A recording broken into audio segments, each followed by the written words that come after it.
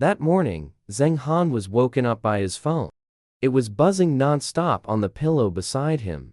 He grabbed it half asleep. And his messages were flooded with the same question, over and over. "Isn't that your shoe at the World Cup?" He rubbed his eyes and pulled up a video. A goalkeeper in a black jersey was diving into the corner of the net. Body flat against the turf. Studs digging into the grass. He recognized that shoe instantly. The curve of the last, the stitching on the tongue. His factory made it. The match had kicked off in North America while it was still the middle of the night back home. By the time Zheng Han woke up, the story had already ripped through Chinese social media. The goalkeeper's name was Vozinha. 40 years old, from the small West African island nation of Cape Verde. That night, he single-handedly denied Spain shot after shot, holding the tournament favorites to a draw.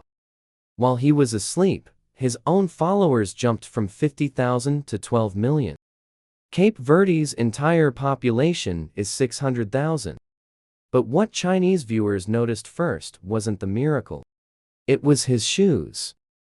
Someone zoomed into a screenshot and found a line of small text on the box. "Made in Putian, Fujian." The comments exploded. "I know this shoe. My cousin used to work in that industry."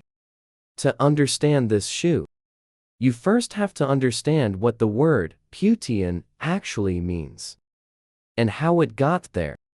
The story starts in the late 1980s. A handful of Taiwanese-owned factories saw cheap land and cheap labor in Putian and set up shop, making shoes for Nike. Back then, Putian was still a rice farming town. Most people there had never owned a real pair of running shoes. When the factories opened, farm kids by the thousands put down their tools and walked onto the assembly line, learning to stitch and cut from scratch. By the 90s, orders kept climbing. A handful of factories became a few hundred.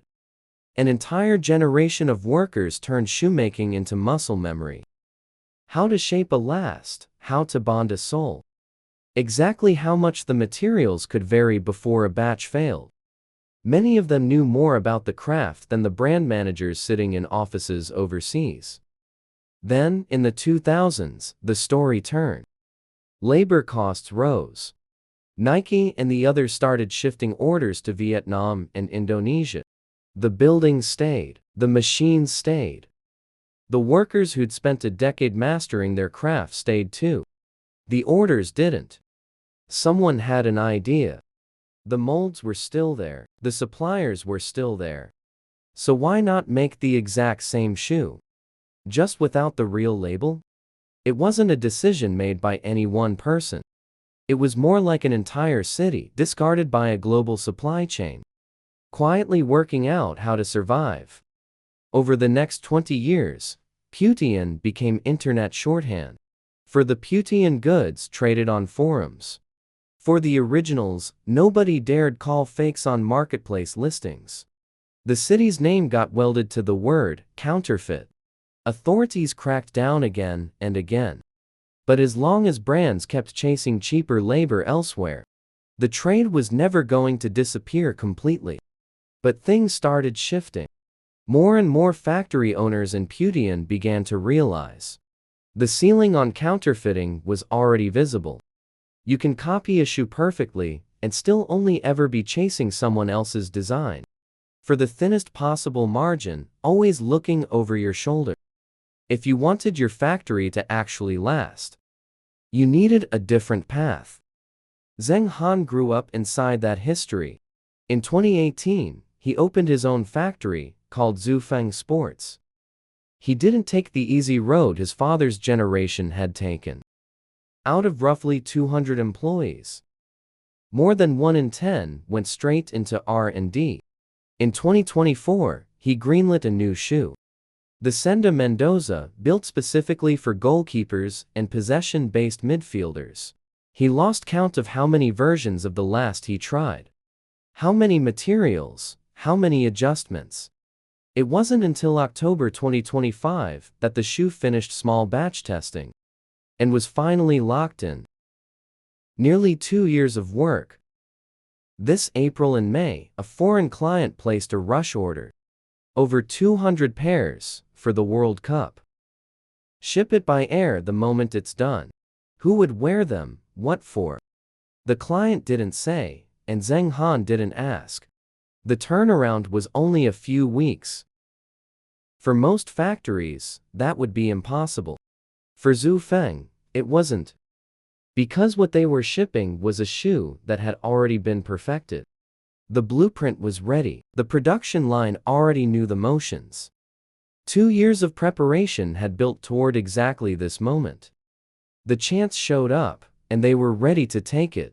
Order shipped, Zheng Han moved on. He forgot about it entirely. Until that morning, his phone wouldn't stop buzzing. The head of production, Chen Wang, showed off the same model. Every detail tuned for high-intensity contact. The general manager, Yu Yongqiang, said the materials, the sole, the adhesive, all went through round after round of rework before landing on this version. The final sole uses a friction strip technology the factory developed in-house, designed to give goalkeepers better grip on the dive. A technology, according to the factory, that Nike, Adidas, and Puma still don't have. This is not the counterfeit town most people picture. Today, Putian is home to over 1,000 shoe manufacturers. Zhufeng is just one of the factories that's made the turn. Now producing for mid to high-end international brands like Umbro, Lock Sportif, Kappa, and Lotto. Putting out roughly 1.822 million pairs a year. After Vozinha went viral, the question Zheng Han got asked most was, "Can I buy this shoe in China?" His answer was simple. Not right now, the client has no plans to sell domestically. Overseas, it retails for about 1,500 to 1,700 yuans. You still can't buy it, but now you know where it came from. Vozinha is 40 years old. In professional football, that's close to the end of the line for a goalkeeper. Most players his age have already hung up their gloves, or are watching from the bench, counting down to retirement. Nobody expected a 40-year-old to stand between the posts, against the sharpest attacking lines in Europe, and hold. But he did. Not through one flash of brilliance, but from 20 years of the same dive. Repeated tens of thousands of times, until his body knew which way to fall before his mind caught up. That's the same thing happening inside Zheng Han's factory. Nobody spends 2 years obsessing over a single shoe design just to save time. Nobody gets lucky enough, at almost 40, to dive for a ball that's nearly out of reach. What holds both of them up is the same thing. Whether you keep pushing for precision when nobody's watching. One is a researcher adjusting a sole compound, failure after failure. The other is a goalkeeper training every single day like it's the World Cup. Put the work in where no one can see it, so that when the moment finally comes, you're ready for it.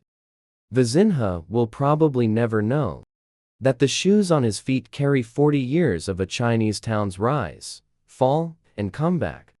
But if he did, he'd probably understand.